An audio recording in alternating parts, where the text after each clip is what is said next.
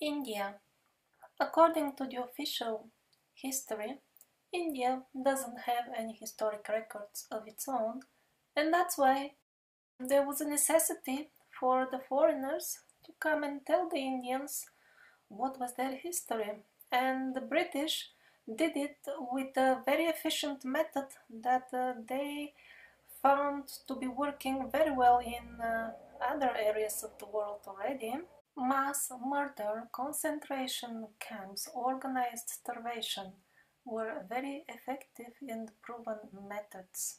The history that they suggested to the Indians, and the Indians accepted it, was already prepared, ready-made. Of course, it had to be based only on the accounts of foreigners, because they have already, as they already told us, the Indians did not have any of their own. Since the word India meant a faraway exotic place in the medieval world, there are plenty of Indians all over the world, some in Africa, in Italy, in Spain, in what we currently call India, and many other places. For example, to avoid confusion, on this map that you see now, there are three Indias already. India 1, India 2, and India China. You can select any one you wish according to your taste. One of them is on the place of what we currently call India, and if you feel that you need more variety, you can go to any of the other two, which are also somewhere in Asia, like in the region of Persia. And all the stories and events in the Indian history were prepared, fabricated already beforehand. Wild fantasies tell us how Alexander the Great, for example, reached India. And this is a most authoritative description given by Aristotle himself. So he is telling us about the weather of India. It was, according to his words, 6 months summer and 6 months winter. And what kind of winter? 30 men drowned in the snow. They couldn't bury them because they fell so deep inside the snow. Wow! Sounds like a pretty severe weather to me. I never saw that one in India, although I have been there a lot. According to Aristotle, some 500 troops out of the soldiers of Alexander the Great died in India due to very heavy snowfall. The India where, according to Aristotle, people were wearing clothes made of seal skin. Oof, I didn't see the seals over there either. I spent there quite a long time. When one reads the narration of Aristotle, it becomes clear that this is some other India, not the India that we know of today. Well, although the full Indian history is composed of such minor discrepancies, still, the foreign-made history of India was proclaimed to be a science and is taught in Indian schools till date. No wonder that some Indians today, looking at the historic artifacts in their country, start figuring out that doesn't fit the history they have heard in school. Listen for yourself from a real Indian. This is Brihadiswara temple in India, and I'm going to show you some solid evidence that ancient Indians were well connected to the rest of the world. You can see a European carved on the temple. This is really surprising because historians will tell us that the first European to reach South India was Vasco da Gama in 1498, but this temple was built 500 years before his arrival. He wears a top hat but no jewelry. His shirt is shown with long sleeves and a collar. His nose is carved sharp, and he even has a beard as opposed to Indians who were clean shaven.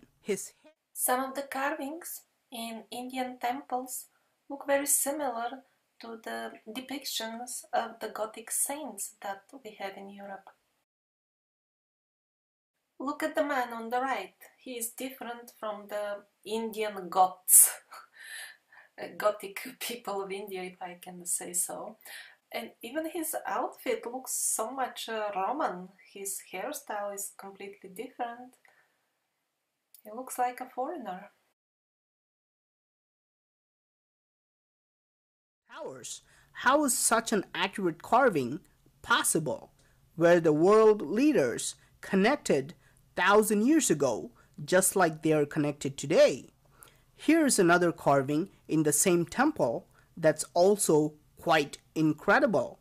This clearly shows a Chinese man with a long beard and a long mustache.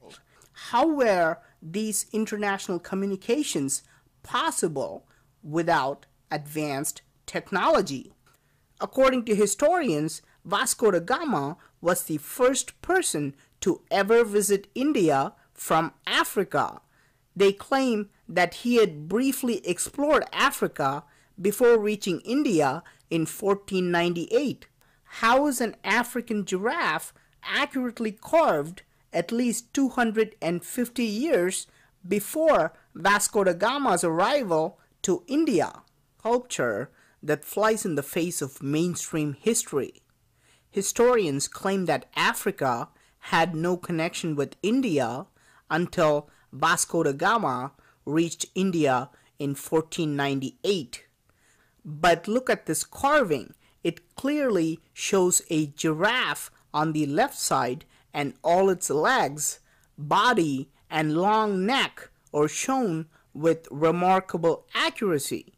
Notice how even its face, the ears, and even its long tail are carved perfectly, a remarkable feat to bring a giraffe alive through such a long trip. So now we know that India was connected to Africa centuries before what the history claims. It also proves that ancient Africans had a very advanced civilization that was capable of making journeys to other continents. Thanks to the Indian sculptor for carving such an accurate scene, because without this, we would just be depending on mainstream historians. An Indian king sitting on an elephant on the left side. You can even see another person sitting in front of him who controls the elephant. On the right side, you can see several people wearing long skirts standing on the ground. The clothing and faces are carved distinctly different from other Indian sculptures to show that they are African people.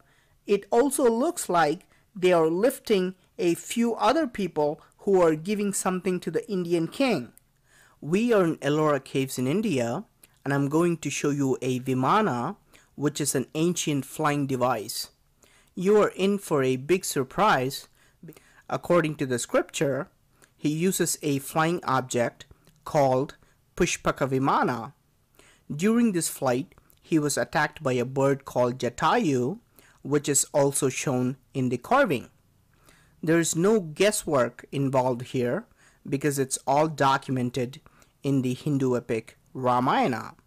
Surprisingly, this device looks very similar to a modern-day jetpack. First, notice how firmly Ravana is fastened to the vimana using plenty of straps. In his safety harness, there are 1, 2, 3, 4.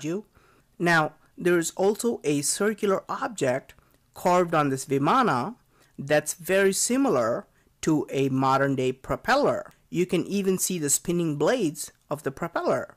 Remember that this is a side view of the scene, which shows only one side of everything. This means that there could have been another propeller on the other side for balance. Again, notice the similarity with the modern-day jetpack that uses 2 rotors on either side. In fact, in the Hindu epic Ramayana, the author mentions 6 working airports in Sri Lanka which were used by Ravana. It is also mentioned that he used several flying devices of different sizes and power. It just seems impossible that sculptors could carve such a vivid scene purely from imagination. I think we have to accept that at least it's more likely that these remarkable details were carved from experience rather than imagination. Now, survivors does not equal Caucasians. Yes, originally the people who survived and populated Europe in the beginning, those were definitely Caucasians, many of them were blonde, but that doesn't mean that there weren't other Caucasians already, uncivilized ones. Hopefully a thorough research of the Book of Bellis will answer this question. It is an ongoing project right now. But what we know for sure is that these survivors mixed with the local tribes as they were giving them knowledge and culture. We saw that in Japan, we'll see it in Australia, New Zealand, South Africa, America a lot. India is another very good example. Even today, the Indian society is very much divided into castes, and the ruling caste, they are visibly different from the others. Their skin does have lighter color, and even mainstream research shows that their genes are largely European. I mean, of the ruling classes in India, Brahmins and Kshatriyas. Identical situation we find in Saudi Arabia. One of the dams that I showed earlier, this one is in Saudi Arabia, and over there again only the ruling class has a very high percentage of Caucasian survivor genes, exactly the same ones that are found in the ruling class of India. So even in mainstream genetics there are plenty of confirmations about the presence of survivor genes all over the world. And speaking about the dams, we are back in India and we see the same situation.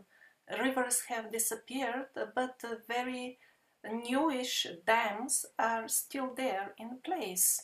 Another major topic that I will start discussing in this series of videos is that we're seeing traces that there have been global cataclysms much closer in the timeline to us than we are usually accustomed to thinking. We always say, oh, those things were 10,000 years ago.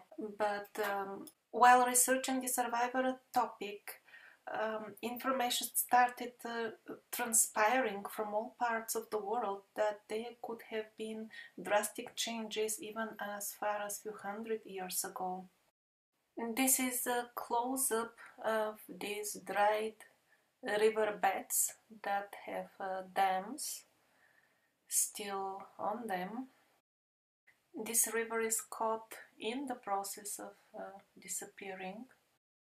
And now let's go to the Barabar caves in India. Wikipedia hurries to assure us that they were chambers for worship. The worshippers were congregating. Well, I'm not sure about the worshippers' fairy tales.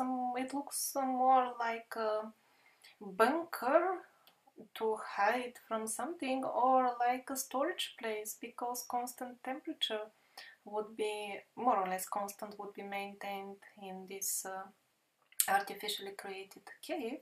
By the way, the quality of the stonework is very high inside, and strange marks are found all over. Small groups of survivors scattered all over the world, and they survived. The local tribes that they found were not hostile to them, did not kill them. No, they readily accepted them as gods and rulers. And this shows how much different the culture of the survivals was from the modern ideas of colonialism and invasion. The survivors were loved and welcomed by the tribes that they came to educate. That is why they could live, although they were such a minority. The locals were so much more in numbers. If they wanted, they could defeat them easily, but there was no war. It was a peaceful educational mission. The wild tribes worshipped the survivors because their mission was educational. And what is the picture today? Millions of us, hypnotized by television, believe that they should go to a foreign country, bomb it, destroy all happiness and beauty in it, and then feel satisfied because they have established democracy over there. Democracy, maybe that's how they call the refugees camps with starving people inside. And while the mass media informs us in great detail how this controlled demolition of the human society is going on, somewhere in a smaller article you will always find details that, by the way, the museums and libraries were also bombed and destroyed. And we are always told that this is done by some gangs of robbers. And what do these so-called robbers do? Expensive golden objects lying around, not taken. Very ancient wooden objects taken selectively. And how come robbers, they destroy the artifacts instead of taking the expensive ones? Well, it seems archaeology is their hobby in their spare time. And it seems that this hobby has becoming a very strong fashion among these gangs because such selective destruction of artifacts is going on international scale.